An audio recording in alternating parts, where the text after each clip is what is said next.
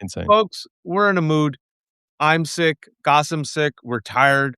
We're recovering from God knows what. So we're gonna be a bit spicy. Yeah, I spent in all fairness, for people who always say this, Qasim, why don't you guys mock Trump and why don't you guys mock MAGA? Literally, you haven't paid attention to our Substacks or read our articles. This is what we do. That being said, you need to have an opposition party. You have to take on this fascist movement. You have to take on this new Jim Crow. You have to take on the 21st century's Klan that has replaced the hood with a MAGA hat. So you need fighters. And what we've seen, Qasim, is that Republicans openly are just teabagging us, to use a gamer reference, mocking us, literally saying, we're going to redistrict. It's going to be illegal. We're going to ignore our state's Supreme Court. I give you Ohio. DeSantis, I'll just do illegal shit because I know the state Supreme Court's mine. I'm just going to redraw a map that I already redrew. Stop me, bitches. You see Abbott in Texas doing the same thing. You see Donald Trump selling 2028 merchandise, openly saying, I'm going to be around for 8 and 9 years, telling Republicans publicly, take over state elections, literally going and raiding Fulton County, prosecuting with bullshit cases against Letitia James, James Comey, arresting journalists like Don Lemon, openly mocking us and ridiculing us. And then in these Democratic-led states where I'm at right now, Virginia, and my home state of California, at least the Democrats said, you know what? We'll leave it up to the people. So they left it up to the people. Millions of people came out and said, we want fair maps, F MAGA. And then this Virginia Supreme Court decided, you know what? We could have stopped this election this vote in the first place if it was unconstitutional. But we saw the result and we don't like it. So we're going to invalidate the will of the people. And then after invalidating the will of the people, I read out Abigail Spanberger's tweet. This pathetic tweet starts off good, but in the second half says, well, we're going to go and just vote in record numbers in the midterms. And then you saw another Virginia Democrat leader. Literally, I'm not making this up, Qasim. His public statement started with, we respect the court's decision. All right.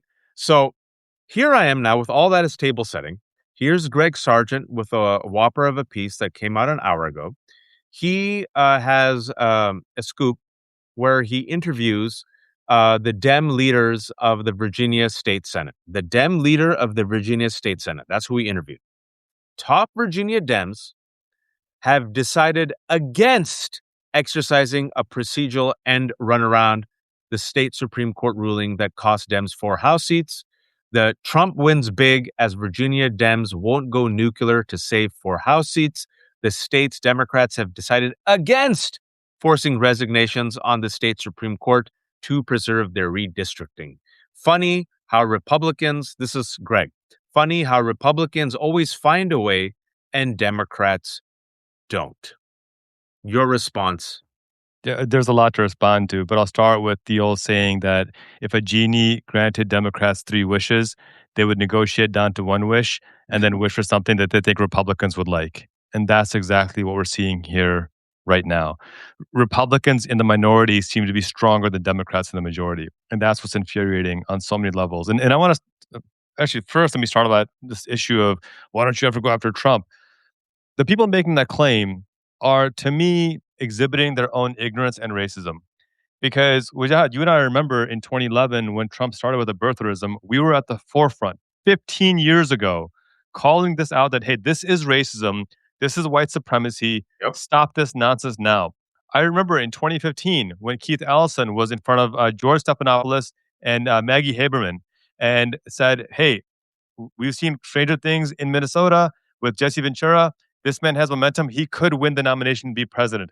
And Maggie Haberman and George Stephanopoulos laughed in his face. They laughed in a black Muslim elected official's face for even suggesting such a thing because we saw it coming. He saw it coming and we were laughed at and ridiculed. And now when we ask Democrats to be an actual opposition party, we're told, well, why aren't you going after Trump? My dude, we were 15 years ago. And we're sick and tired of trying to convince people he's a fascist. So we're trying to get the only hope of an opposition party to check to see if they have the testicular fortitude and actual spine and stand up. And when we see Democratic voters coming out in record numbers and voting for something overwhelmingly, and then having the rules be changed from underneath them, and then Democratic Party leadership saying, well, we'll just have to vote harder. That's not I mean, that's just not a strategy. It doesn't work. Since Shelby versus Holder, people don't realize this. Since the 2013 ruling of Shelby versus Holder, there have been more than 100,000 polling locations shut down. 90% of them are in Black and Latino majority communities. And what that is doing is shifting the vote just enough, a couple of percentage points. See, people think that if you want to be anti Black, you have to shut down all Black people's right to vote. You don't. You just need to decrease the percentage by a couple of points to make sure that you get to 50.1% of the vote. And that's exactly what's happening here. And for the Democratic Party to have an actual solution and decide not to do it and just vote harder, it's asinine and it is continuing to perpetuate the advancement of fascism. And then they get upset at us. Well, why aren't you railing against Trump? Because he's a fascist. I don't need to reason with a fascist. I need to try to reason with the people that I elected in power to stop the fascist. Well, look at this. 9 minutes ago, Vote Hub. Actually, this came out more than 9 minutes ago. It was earlier today. South Carolina lawmakers will take up this proposed congressional map tomorrow. The plan would eliminate a Democratic-leaning seat represented by Jim Clyburn, +1 GOP, -1 Debs. So literally that one Democratic district that is Clyburn's district, wait for it, which has, 47%, I think, Black voters that voted for Jim Clyburn. So now the new map is completely red. And then you can't even hide the racism. Here's our GOP representative, Ralph Norman. He's so racist, he doesn't even realize he sounds racist. This is the exact quote. Jim Clyburn, I like him personally, but he does not represent the rest of South Carolina, which is conservative.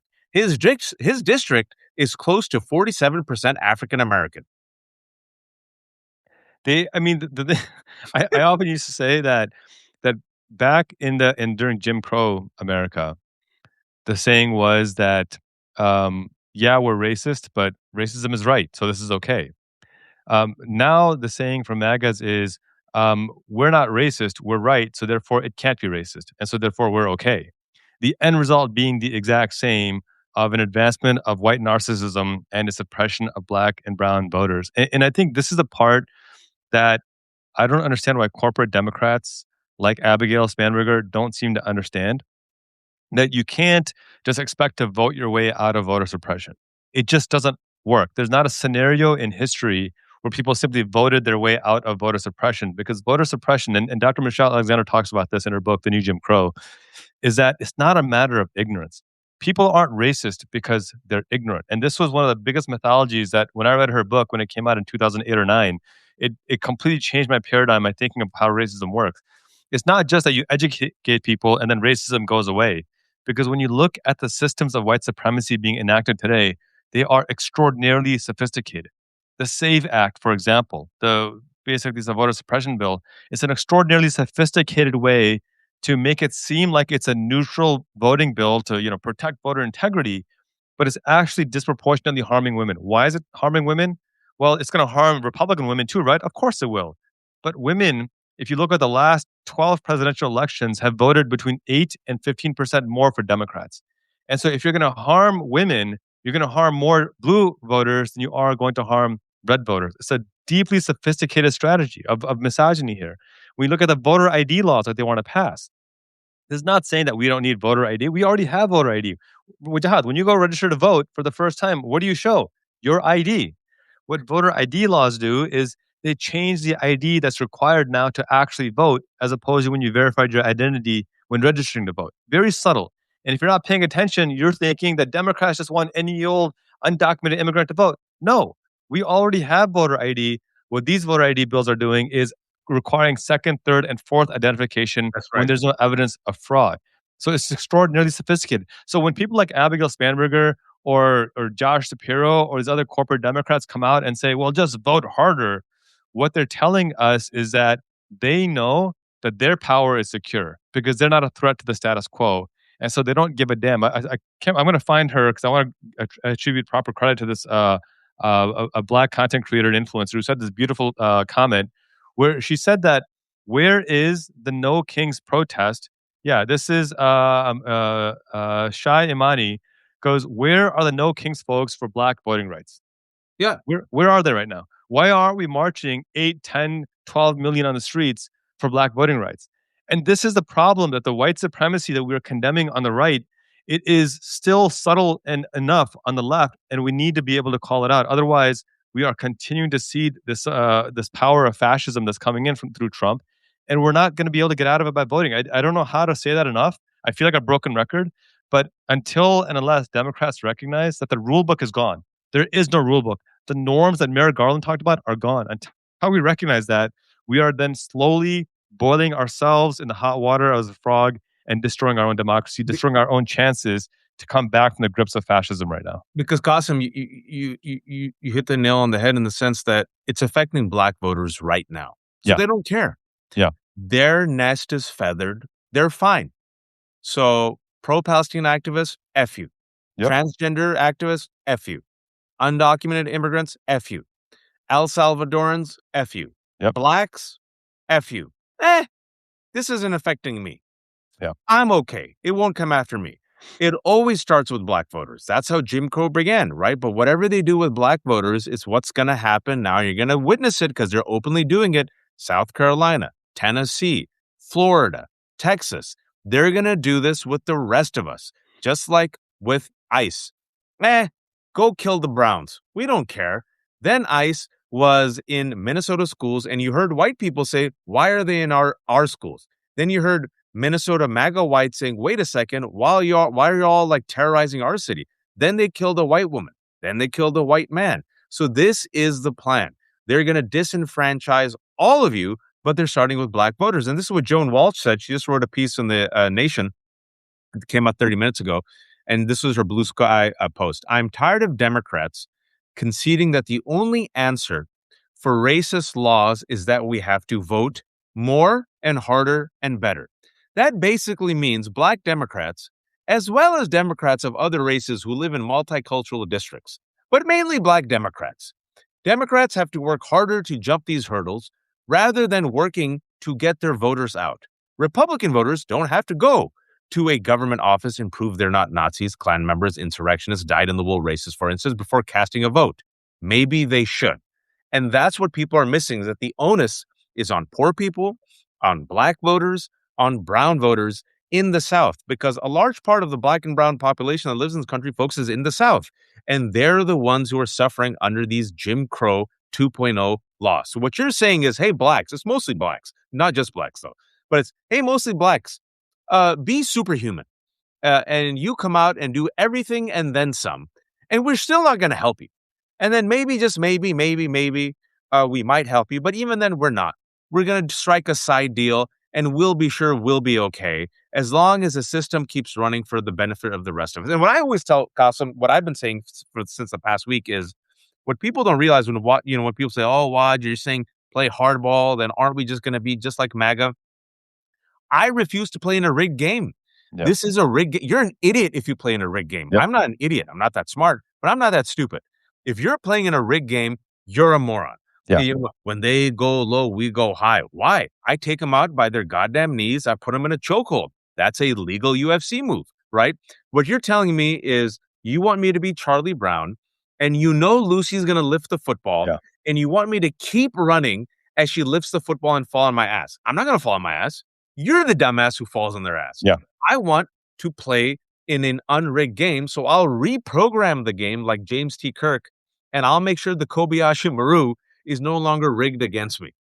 And I think one of the most frustrating things about all this, I mean, beautifully said, is that we've already seen that simply voting doesn't solve the problem.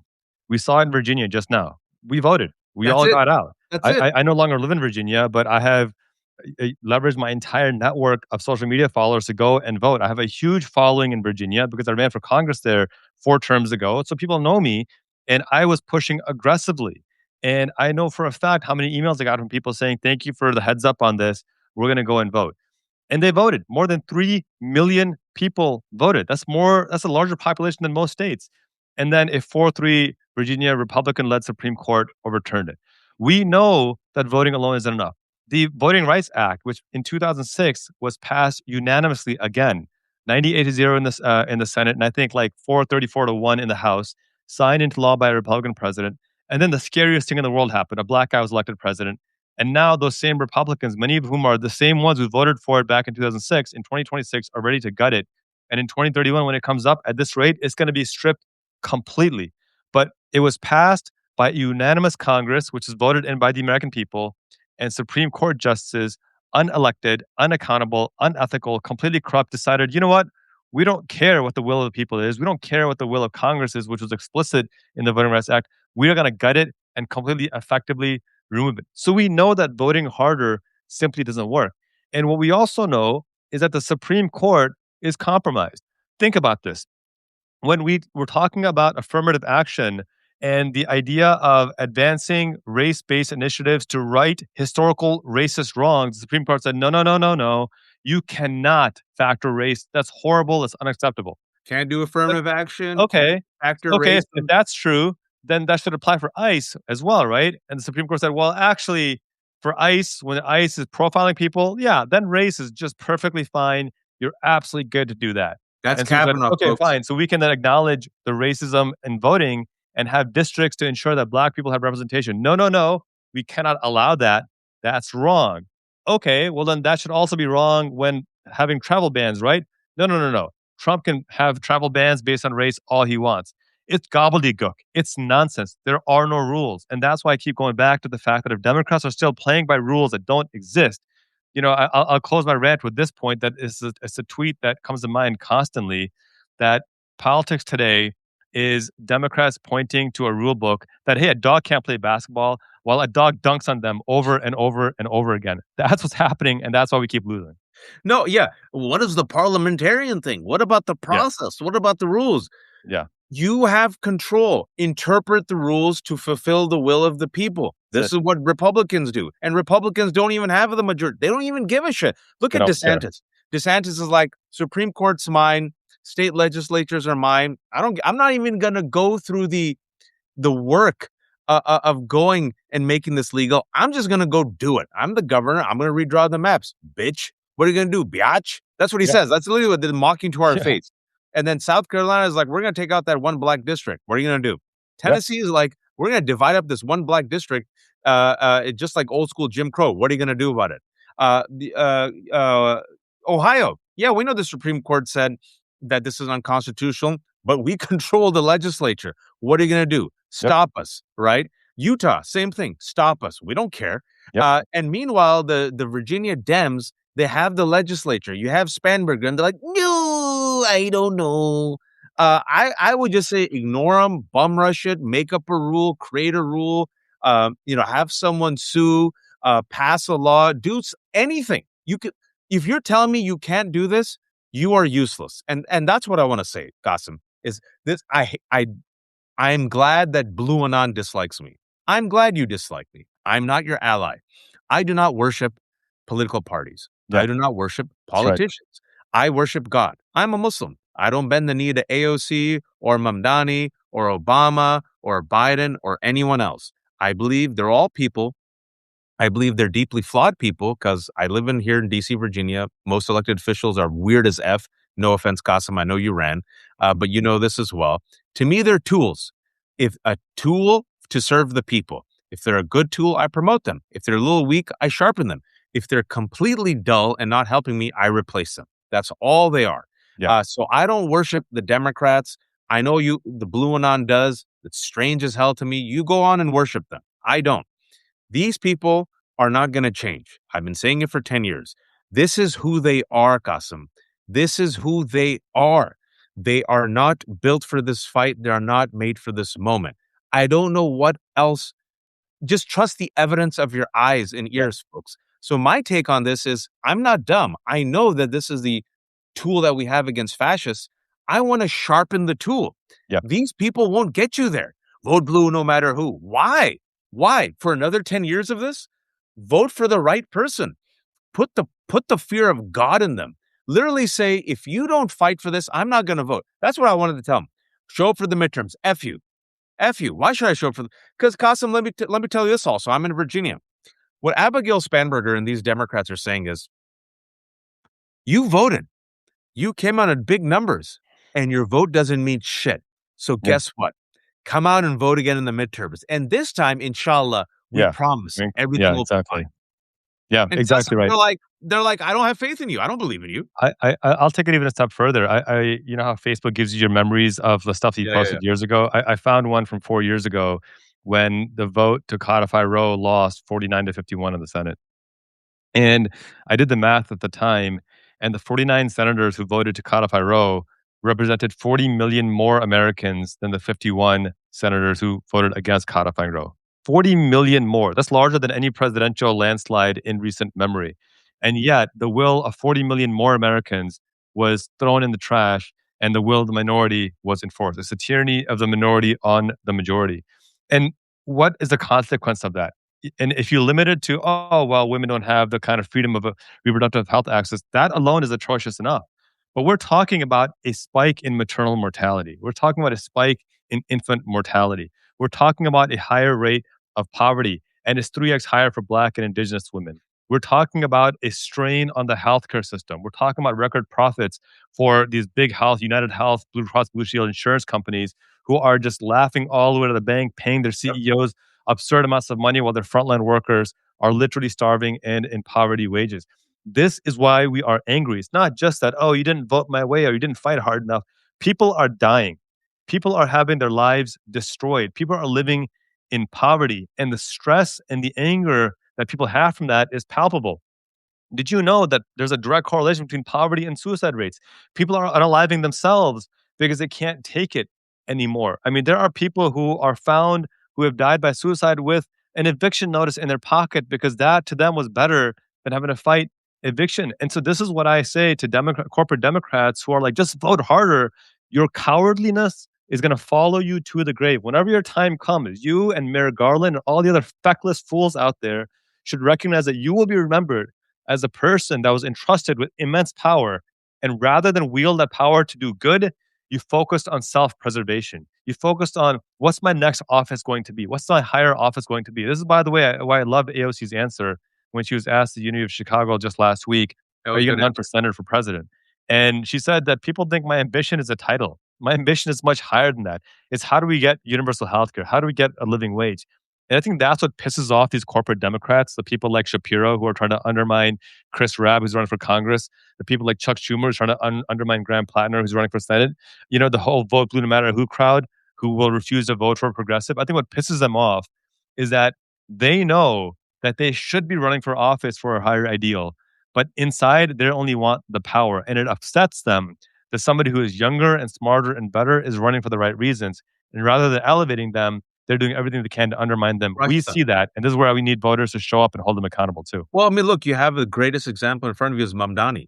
To Yeah, this day, they still haven't embraced Mamdani. Why? Because Mamdani said, I'm going to go against the billionaires. I'm going to go against Israel. That's what he said. That's yep, why they want to crush him. I yep, want to give you another example. You tell me about the Shapiro example because I saw it yesterday. You can't yep. make this up, folks. Tell us. Well, it turns out that two stories broke by Axios and a few other outlets now. That back in 2024, Shapiro actually helped the Republican candidate for treasurer against the Democratic candidate because he found out that the Democratic candidate had criticized him as a pick for VP. And the beautiful irony of all that is that now that treasurer is now his Republican opponent for governor. So he fed the monster. Now the monster is coming after his seat in governor. And more recently, Christopher Rabb, state rep in Pennsylvania, is running for Congress in the bluest district in the entire country. He's the only candidate that is openly anti-APAC, openly condemning the genocide, openly calling for universal health care, openly calling for a living wage to get corporate money out of politics. And Black man. Shapiro is undermining him. He does not want him elected because he is anti-genocide, because he is anti-APAC, because he is pro-human rights for all people. It doesn't matter to Shapiro that Rab is on record condemning anti-Semitism in all its forms. It doesn't matter to Shapiro that Rab has talked about the humanity and the compassion that Jewish people deserve because they're human beings. No, because Rab is anti-APAC and anti-genocide, therefore it's not good enough. He must be thrown. This is a Democratic governor going after a Democrat in the bluest seat in the country. I mean, this is indefensible, and disgusting, but this is the status of our so-called leaders right now. These are the kinds of people that we're railing against.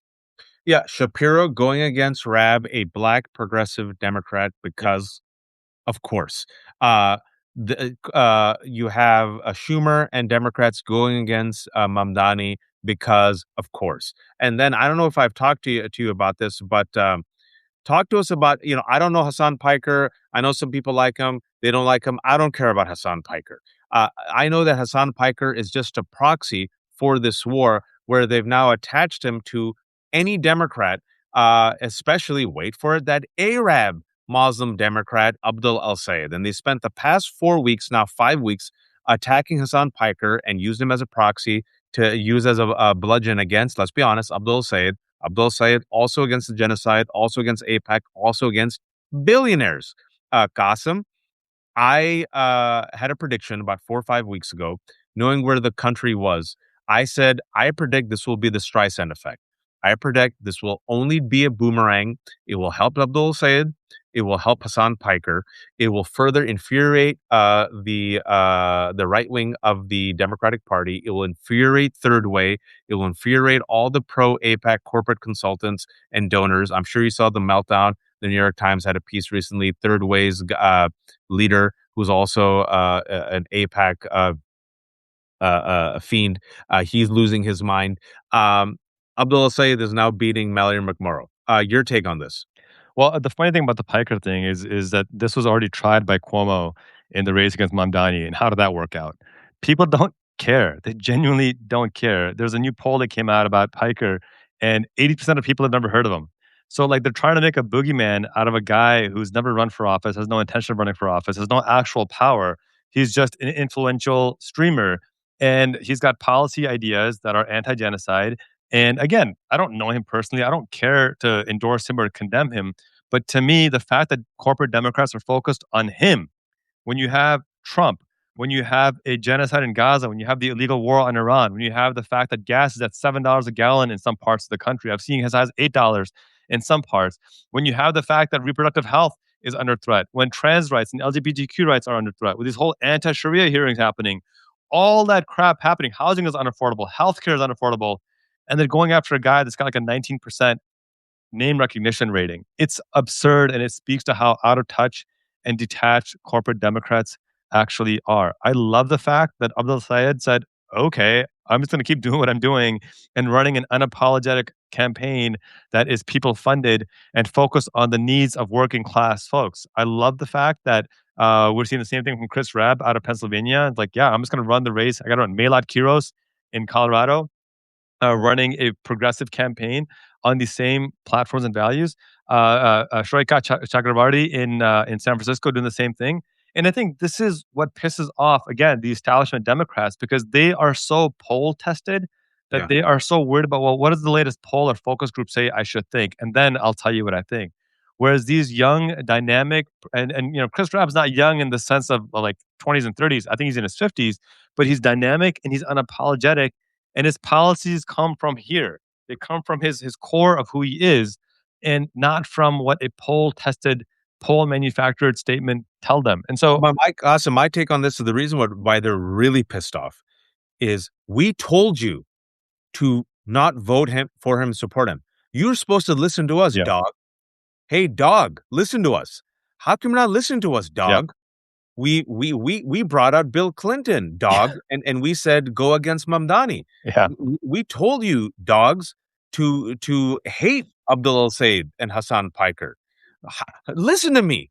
Why aren't you listening to me? And I that's think right. this is the collective freakout that they realize that the party has moved away from them. They don't have the pulse of the people, that all the money that they can spend from APAC and AI and crypto, it doesn't matter. That yes, these people are, Hassan Piker has said things that you and I disagree with in the past, but people don't care anymore because in a way, we've been numbed by Trump. And so people are willing to overlook some of these things because they're like, wait a second, he wants to tax the billionaires. Oh, I like that. Oh, wait a second. He's against the genocide. I like that. Oh, wait a second. He wants to take on these feckless, weak Democrats. I like that. Yeah. Okay, cool. He's not perfect, but you know what? None of these guys are perfect, but he's willing to talk about the main issues that a person like Cory Booker won't. So, okay, we'll roll with you, Abdul El-Sayed. We'll roll with you, Hassan Piker. We'll roll with you, AOC. We'll roll with you, Mamdani. And this is part why I know people hate acknowledging this, why Trump won. Because Trump is a fraud, unlike these people. These people actually believe in it, right? Trump said, I'm anti establishment. I'm so anti establishment that I'm actually a businessman. I'm not even a politician. I'm a bulldozer. Yeah. I'll bring it down. And people are like, sure, we want to bring it down. These Yep. people still haven't learned the lesson. And speaking about the Cory Bookers and speaking about Israel, because it's all tied, folks. Larry Ellison is let me just have you for 5 more minutes. I'll let you Yeah, go. I'm good. I'm good on time. Larry Ellison is one of the world's richest men. Larry Ellison is the single largest donor to the Friends of the IDF.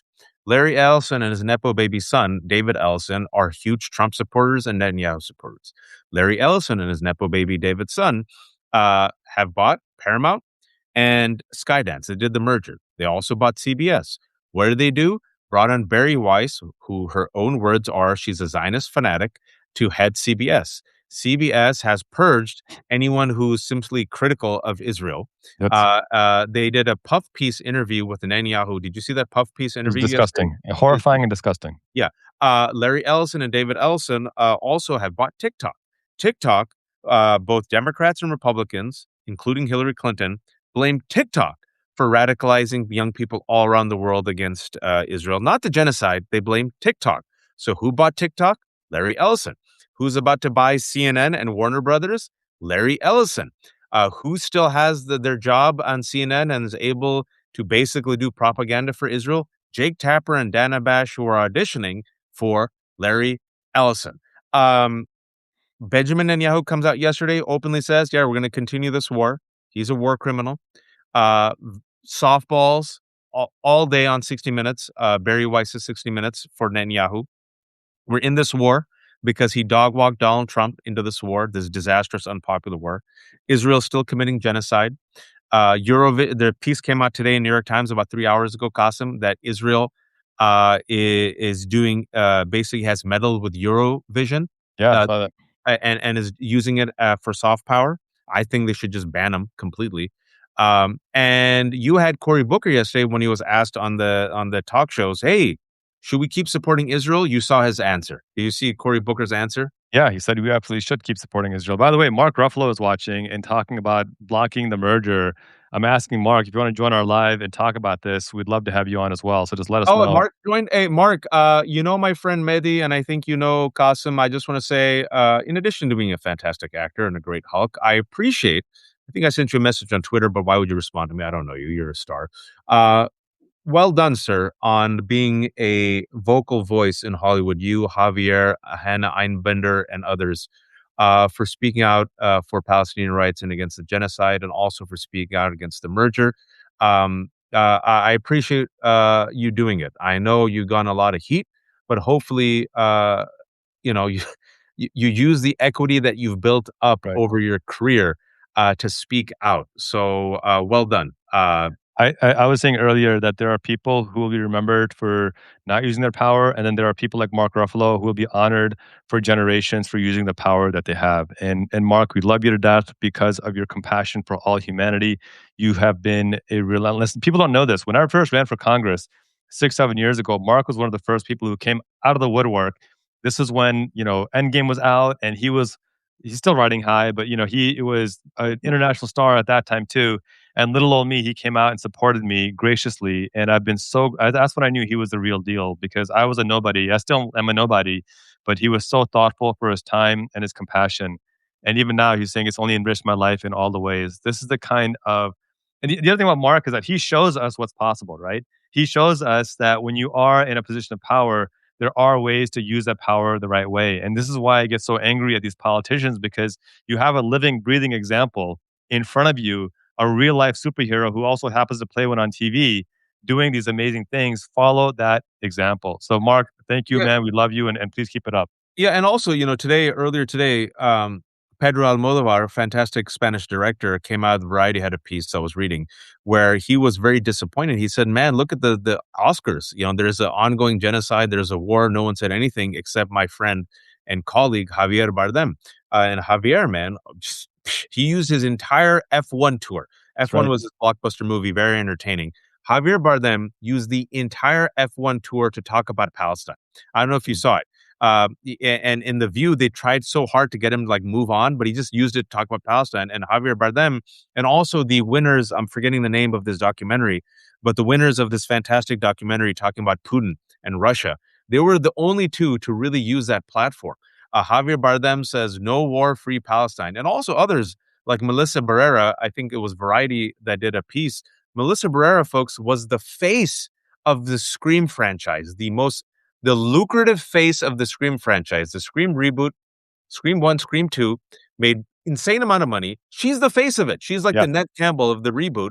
And all she did was she shared 2.5 years ago an article by Ross Sagel, who is an Israeli scholar in genocide, who said this is a genocide. And Skydance completely eliminated Melissa Barrera. Qasim, are okay? Your I can camera. hear you fine. Yeah, my camera's acting funny, but I can hear you and see you just fine. All right. So Melissa Barrera got like completely sidelined. So we're seeing this, folks, in real time, right? And you see how the Democratic Party, you all think it's not connected. It's completely connected. They have tried to go after Mamdani. They have tried to go after Abdul El-Sayed. They're trying to go after anyone who's against the billionaires and APAC and crypto and AI. And then Cory Booker, and they've seen the polls. They've seen the polls that every single segment of the Democratic Party, old, young, middle, overwhelmingly now rejects what Israel's doing. And now a majority of Americans are against what Israel's doing. And despite all that, on May 10th, Cory Booker comes out and says we still have to give money to Israel and this genocidal war campaign. Qasim, please then, with all that, explain to me why we still have to vote blue no matter who. This is, and I don't know why my camera's not working, but I can hear you, and I hope people can hear me just fine too. This is where I want to focus on solutions because I agree. The vote blue no matter who mantra at this point seems You're annoying and back. self-serving. I'm back, but this is where I want to talk about solutions because I think I also want to be careful, and we might disagree on this, and that's okay. That I don't want people to not vote. I still think people need to vote. People bled and died for the right to vote. They marched. They gave up their lives for the right to vote, and I don't want to do anything to dishonor that. And I think that there are ways that we can fight back effectively. 44 states still haven't had their primary elections yet. 44, the majority, vast majority, have not had their primary elections yet. And most of these seats in the Democratic Party are being challenged or have a progressive in them. Cori Bush is running for her seat back. Chris Rabb, we just mentioned. Abdul El-Sayed. I mean, there are, Melad Kiros, Aisha Faruqi, Salaam Bhatti. There are so many amazing candidates who are running the right way. They are people funded. They are not taking APAC money. They're not taking corporate money. They've condemned the genocide in Gaza, the genocide in Sudan, the illegal war on Iran. These are the folks we need to get behind. I think that at this point in time, that is where our focus should be. That channel that rage, that anger that you have at the apathy of the corporate Dems and vote them out in these primary Yeah, elections. Because absolutely. as bad as corporate Dems are, Republicans are far worse. They're fascists, and we cannot allow them to be continue to be Absolutely. elected. And so, as much as I despise the cowardice of corporate Dems, I will still vote for them over Republicans. Let me be very clear about that. And I say that unapologetically. But right now, in these primary elections, we have a chance to have a monumental turnout and to let corporate Dems know that we are not going to tolerate them. Because here's the thing, it's not just about making sure we win in the primary and in this midterm election, it's also about the presidential election. Because next year at this time, heck, 9 months from now, the presidential election is going to be in full swing. And we need to let the Josh Shapiros and the Gavin Newsoms and all these centrists, the Cory Bookers of the world know that you do not stand a snowflake's chance in hell of getting the Democratic nomination by running the same playbook we ran in 2016 and 2020 and 2024. We need actual progressives, actual Democrats who have the party's base in mind. Black women, black men, low income people, people of color in general. This is who this party is comprised of. And here is where you need to pay attention. So I ask folks, look in your local district. And by the way, there's an app called Sway, sway.co, sway.co. It's a free app. You can build your own voter guide for your local family and friends, for your network, so they know who to vote for. And when they go to the voting booth, they can look at your voter guide and they can vote. It's a free app, doesn't cost you a single penny. There's no gimmick. It's just access to who we should be voting for. And that's where I would ask people to stay focused on so that we can do things like what Mark is talking about, blocking the merger. So we can do things like electing people who actually give a damn about us and who won't hesitate to recognize that the rules don't apply anymore. We need to change the rules to benefit the needs of working people. Otherwise, we're going to continue to have scenarios where 40 million more people can vote to codify Roe, but because of a goddamn filibuster or stupid minority rule, we get stuck in the situation that we're in right now. Um, Amen. What I have talked to Ezra Klein about this, Ezra Levin, sorry, not Ezra Klein, Yeah. Ezra Levin of Indivisible, and what we keep urging people is we have a historic opportunity. Primaries. It's on right now. Yeah. This is it, folks. This is it. And this is going to be critical for not just the present, but the future. Because the primaries is where you, the people, can elect the type of fighter that you want. And you can punish the type of complicit reeks and feckless Democrats who believe that somehow power is their birthright. And they can continue taking money from AI and crypto and the oligarchs and APAC and feather their nests at the expense of the rest of us and our safety and security and our desire to have, a fair and profitable life for us and our children, right? This is it. So So this is the moment right now. Secondly, even if the type of feckless Democrat gets elected, I want you all to be loud because I always remind people that there's more of us than there are of them. Donald Trump has never crossed 50. Let me repeat this. He's never crossed 50. yep. The fact that Donald Trump is in his low 30s means mathematically that he has bled out some MAGA voters. That means that some Trump voters have left. We know that for independents, he's in his low 20s. Yep. Gossam, you run for office. Can you tell people how disastrous is to have 22% support from independents? Oh, it's catastrophic, and that's the point. And I think that just adds to the anger that we know he's wounded, we know he's down, and we need Democrats to fight and step up. There's not a lot of times I'll quote Bill Clinton, but there's one thing he said very right. It's attributed to him that in times of deep struggle and strife, people would rather believe somebody who is loud and wrong than right and Yeah. quiet. Yeah. And my thing is, why can't we be loud and right? Right? I mean, Trump is loud and wrong, and people are like, oh well, he's confident, so therefore he must know what he's doing because he's so confident about it. But he's full of crap. And so what we need people to do is be loud and be right. And we're not. Corporate Democrats are being loud and wrong as well, but loud in a different way because people know that that's not what the party base actually wants. And the one statistic I always come back to is this: more than 90% of Democrats want to codify Roe. Could you imagine a Democrat running on a anti-abortion platform? Impossible. They wouldn't get elected anywhere. But we know that more than 90% of Democratic voters want to stop funding Netanyahu.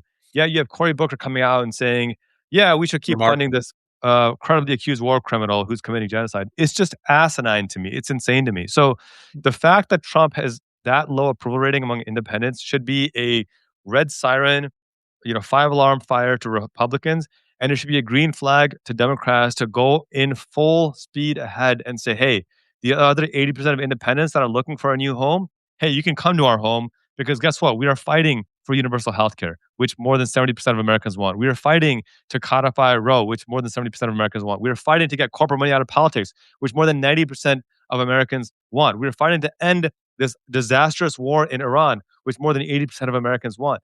These are all gimmies, they're low hanging fruit. And the fact that they're not taking them, again, goes back to my point earlier. Vote these people out in the midterm. They are not the fighters we need. They are feckless. They are putting us in danger, and we cannot let them be the vanguards of democracy. Vote for the people like Chris Grab, for Abdul El-Sayed, for Salaam Bhatti, for Melad Kiros, for Aisha Faruqi. The list goes, Graham Platter. The list goes on and on. These are the folks that we have seen champion democracy, champion labor rights and workers' rights and women's rights. These are the folks that deserve our vote. Channel your anger to get them elected. And 2 points to that. Um, Follow the money, folks. I always tell Yeah, you all, follow the money. Um, Bloomberg reported a couple months ago that the oligarchs are spending $500 million. Let me repeat that: $500 million, not nationally, in the upcoming California primaries. that's Joe nuts. Lonsdale, the co-founder of Palantir, that fascist surveillance company, Yeah. he has compiled the supervillains to get about $100 million in a PAC called Leading the Future. And his guy is Matt Mahan, who's the mayor of San Jose, a Democrat. AI and crypto and APAC have spent $92 million in the Illinois primary, right? They are Crazy. literally filling the coffers of Democrats. So when Gavin Newsom a couple of months ago was asked by Aaron Sorkin Ross, do you support taxing the rich, which is wildly popular across the board? Gossam, Gavin Newsom, who apparently the great white knight with the white hair and the white face and the white name and who's white, and because he's white with white teeth is somehow going to become the next president. He said they're part of they're part of the Big Ten. All right. I believe I'm old enough now. I'm 45, even though I look much older. All these Democrats, all the third way and the corporate Democrats and Nancy Pelosi, according to Axios, gave her a support for Gavin Newsom. They think they're going to waltz their way in. What the strategy is play possum. That's the James Carville strategy. Play possum and we'll win. And Republicans realize, oh my God, we might lose the House, so we're going to cheat. We're Yeah. going to cheat.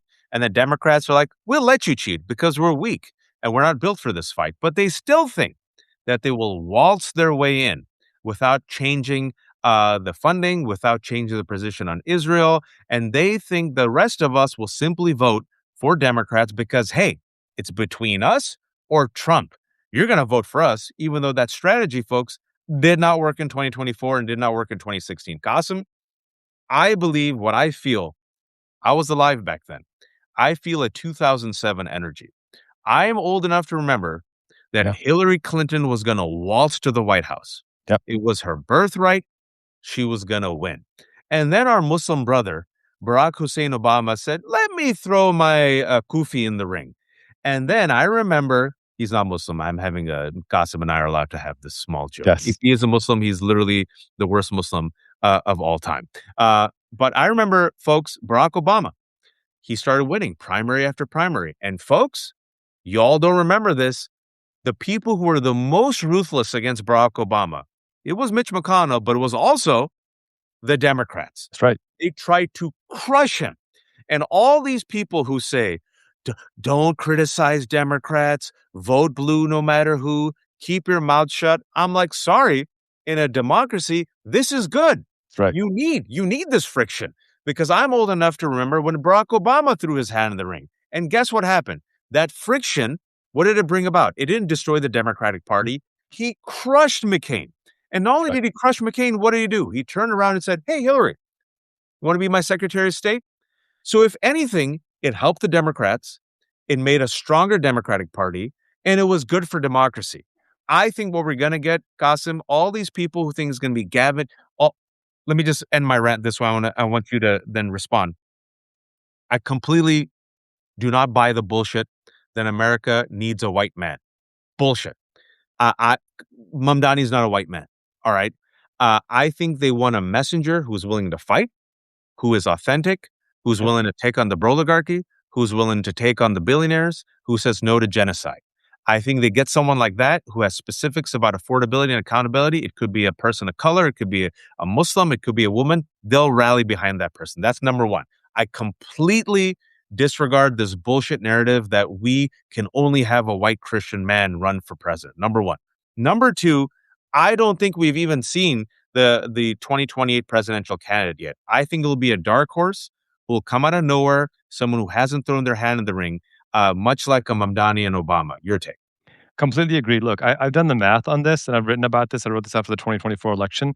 When you look at the last 5, 6 presidential election cycles, when Democrats had a robust primary, a meaningful primary, like they did in 2008 and to a decent extent in 2020, not only did they win the presidency, but they also won the White House, the House and the Senate. They swept. When they didn't have a robust primary, then not only did they lose the presidency, but they lost the House and the Senate as well. And it's because when they had a robust primary, they trusted voters and voters felt heard. And so even if your top person didn't make it through, you felt validated that, hey, at least my vote got There you go. heard. There was a decent chance. And guess what? Yeah, I voted for Hillary, but she didn't get the nomination. But guess what? She's going to be Secretary of State. So I want to be part of this. I'm going to be able to be involved in a meaningful way. There you go. When they don't have the primary, it's a middle finger to voters, and it tells them, you're too stupid and we're elitist and we're going to tell you who to nominate. And we're seeing that happen again, by the way. And the DCCC is already deciding, I mentioned earlier, 44 states haven't had their primaries. They've already decided who the nominee is going to be. We talked about my friend Salaam Bhatti, a poverty lawyer running in Virginia's first congressional district. He's been doing the work on the ground for a decade. Phenomenal organizing work, phenomenal legislation passed through his advocacy as a poverty lawyer. The DCCC has already decided they are going to fund the pro APAC candidate, the one who can't even condemn genocide, who doesn't support universal health care in a deep blue district. They're going to support this other person over the guy who's actually running on a platform people care about. And this is why it's so dangerous. I remember talking to Maurice Mitchell, the president of the Working Families Party, who, by the way, everybody should support the Working Families Party. He's on tomorrow. Oh, fantastic. Fantastic. Ask him about this conversation because I know he'll love to repeat it. But he said, look, at the Working Families Party, we believe in a big tent party, but not so big that the billionaires exploiting workers are in the same party as the workers being exploited. Those billionaires don't need to be here at all. And I think We two don't things can need be true. listen, folks, we don't need genocidal sociopaths. We We don't. don't need white Christian nationalists like No, Tucker we don't. Carlson. I'm gonna go a step further. You don't need a Marjorie Taylor Greene. Nope. You don't need Nick Fuentes. At all. And you don't need AI and crypto psychopaths like Sam Altman and Elon Musk who do not care about you or your future generation. Exactly right. That's not my tent. That's your tent. You start your tent over there. I'll create a bigger, better tent with better food, better looking people, and better music. I completely agree. And I will say this. Two things can be true at once. That racism and misogyny played a real role in the 2024 election, and Yes. Kamala Harris absolutely faced it. And I trust the Democratic base, the left of the part of the country, and independents enough to know that if we do nominate a black or brown candidate, or God forbid, a woman candidate, that they are going to be judged by their policies more than their gender or the color of their skin. We have to trust the base of our party. There's no doubt racism exists. And I also believe that if we have the right candidate with the right policies, they're going to be extraordinarily successful. We've seen that with Barack Obama. We've seen that with Zoran Mamdani. And I was talking to Graham Plattner about this, where I asked him directly, did you have any nervousness talking about or calling out the genocide in Gaza when you launched your campaign? He goes, I was advised to just stay mute on it and not talk about it. And I said, I can't just be quiet about it. It's genocide. That's what it is. I can't just lie about it. I'm just going to be honest about it. And I think that people are going to respond. And he told me that he gets the biggest applause when he calls out the genocide in the reddest parts of Maine by saying that we are funding a genocide in Gaza instead of building schools here at home. And people recognize that and they believe that and they trust that. That is where I want the party to trust its actual base. And we didn't talk about this earlier, but when someone like Ken Barton runs on a platform of releasing the autopsy report and then decides, you know what? It's navel gazing. It's not a big deal. Just trust me, bro. That destroys trust. And people don't want to be involved with the party when that kind of stuff happens.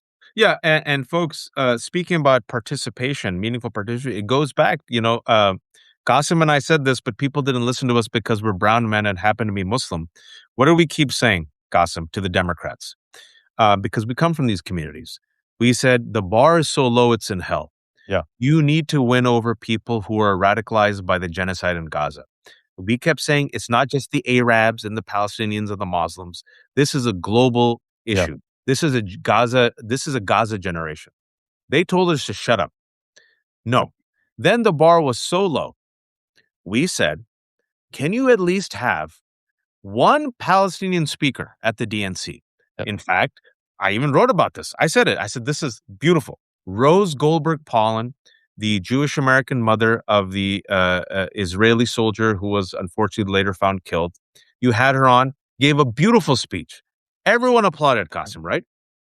You applauded, I applauded. I was there. I applauded, yeah. Right after her, have a Palestinian mother say the same exact thing.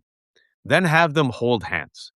They said no. Yep. In fact, what we heard was many donors who love them, their AIPAC and Israel, said, no way. If you have a Palestinian, we're not going to support you. And furthermore, just to see how just condescending, the racism, the colonialism, we can't trust the Palestinian speaker to be on message. So we said, you know what? Wait till the results come out. you'll see that the main reason, not the only reason, the main reason why 18 million Democrats stayed at home was because of Gaza. They're like, no, no one cares about Gaza. It's a brown issue. It's a Muslim issue. The YouGov poll came out. YouGov poll said the main issue, not the only issue, why 18 million Democrats stayed home, not the only issue, Gaza. Yep. Now you saw the autopsy. According to the Axios leak of people who have seen the autopsy, the DNC autopsy reveals that one of the main reasons why people stayed at home, 18 million Democrats stayed at home, people, remember that, was because of Gaza. And even now, they say we would rather burn down the party, Qasim, than give up sucking at the teat of Netanyahu, Israel, and AIPAC. I think enough's enough. I think they're missing Yep. the moment. I don't think they have their finger on the pulse. Yep. They don't have the majority. And what I will say is this, folks. It's Cliff. Hey, Cliff. What I will say is this. You can even move these centrist milquetoast Democrats. They are responsive to votes, and human beings are responsive to what people say about them, especially politicians. Let me give you an example, and I'll give you the final word. I'm here in Virginia. I'm originally from California, but I moved here because I married up. As everyone knows, I've been here for 13 years now. Abigail Spanberger ran as like the most white, centrist, milquetoast, moderate, responsible, like center-left Democrat.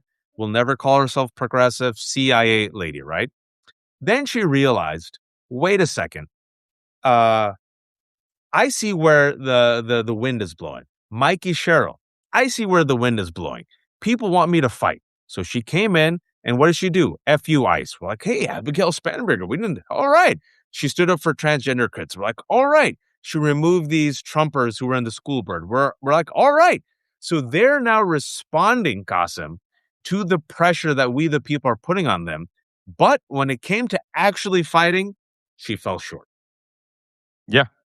I mean, and this is the point that we need to double down on over and over again, that when you vote for somebody, that's not a pass for them to just do whatever they want. That's a right for you to hold their feet to the fire every single day of the week. And this whole mantra that, don't criticize our side because it's gonna depress turnout is nonsense. You vote for 2008 somebody. election. Anyone who says that, 2008 election. Exactly right. You vote for the person you think is best, and then you haunt their dreams every single day of the week. That's just the only way forward. And so my ask of folks is, I know we've talked about a lot of doom and gloom, but above it all, and Wajahat, I think we agree on this. I'm hopeful. I know you're hopeful because we have to be. We have children, and we see all people's children of all faiths, colors, creeds, and backgrounds, and we want them to have a better future than we have right now. And that only comes through hope. And that's why when I see people like Cliff, who just joined in, my Jewish brother, when I see people like Mark join in, just heart of a champion, I get inspired because I know that the future is bright. And so take all that rage, channel it into something productive in your local community. I'll give you one win, by the way, with Jahat. That we talk about data centers, right? I'm here in Naperville, Illinois. It's one of the more affluent neighborhoods in the country, and data centers were coming here. And our city council is still a pretty strong right leaning city council, ironically enough. And it was a pretty much done deal. We activated, we organized, we went and spoke for the city council. We had hundreds of people show up. And when they finally took the vote, guess what? The vote lost 6-1. We shut down data centers in our community because we Well done. activated and organized. None of us are worth hundreds of millions of dollars. None of us are, super powerful politicos who are donating $5,000 to candidate after candidate. We're just a bunch of ordinary neighbors who got together and said, "No, enough is enough. We want change to happen." And so I give that example to show you guys that, hey, there can be meaningful hope in this space, but you need to get activated and organized. You need to channel your anger and to do something productive with it. I put in the link to sway.co. I'm going to keep putting it in here simply because this is an app that's free and it allows us to organize in an effective way and allows us to be able to build a voter list of the people who are doing the right things. So get involved, get engaged there. I would love to keep talking. We've got almost 2,000 people watching. I have to get to my next meeting. But for those who are able to support with Jahat, please continue to support him. Those who can support me, please continue to support me. But the only way through this is together. And I believe that together we will get through this. I'll end on this note because someone asked me this question, Wajahat, do you have hope? And I'll say the following. I'm a pragmatist. If there's a comet coming in the sky, my job is not to lie to you people and say there's no comet, don't look up. My job is to say there's a comet coming in the sky and then mobilize all of us to blast that comet. That's right. If the comet is going to come no matter what, then my job is to save as many people as I can That's from right. the comet's path of destruction. Because we got two Muslims, let me get Muslimy for a second. Our faith compels hope. It commands hope. You're not allowed as a Muslim to give up hope, right? That's right. You're supposed to say God is merciful and God is hopeful. There's a beautiful saying of the Prophet Muhammad, which is also shared in the Old Testament, is that even if you see the day of judgment coming around the corner, plant a seed. That's right. And in my life, I have seen that even when I think, read my book, it's all there. But there's been moments in my life where I'm like, I don't see a way out of it. I'm like, I'm completely broke. My parents are in jail. My freaking daughter has cancer. How do I write my way out of this, gossip? And then, as a writer, I always think, well, my job is to keep writing and flip the page. As long as I don't see FIN, that means the story is still being written. And if That's the right. story is still being written, that means there can always be a plot twist. There can always be a plot twist, which is why, as a father of three children, and I think you agree, Qasim, I cannot afford to give into cynicism and apathy. I've lived a Right. good life. I was talking to, you know, Qasim about this before, right before we Yeah. press record, because Qasim is took some time off because he needs to take some more time off, right? Yeah. Because of so much anxiety and stuff. But I'm like, listen, man, I've lived a good life. I really mean this. I've lived a good life. If God takes me today, I have no complaints. I lived much longer than I ever thought I would live, but I got three kids, and that generation deserves better. And our generation is tasked to not give in to cynicism and apathy, which is comforting, but is also cheap and lazy. Hope, investing in hope means you will be betrayed. Your country will disappoint you. Yeah. Your countrymen will disappoint you. But it means that you're at least in the ring, Qasim, pushing the ball forward, right? And that's why I say invest in hope even in hopeless times.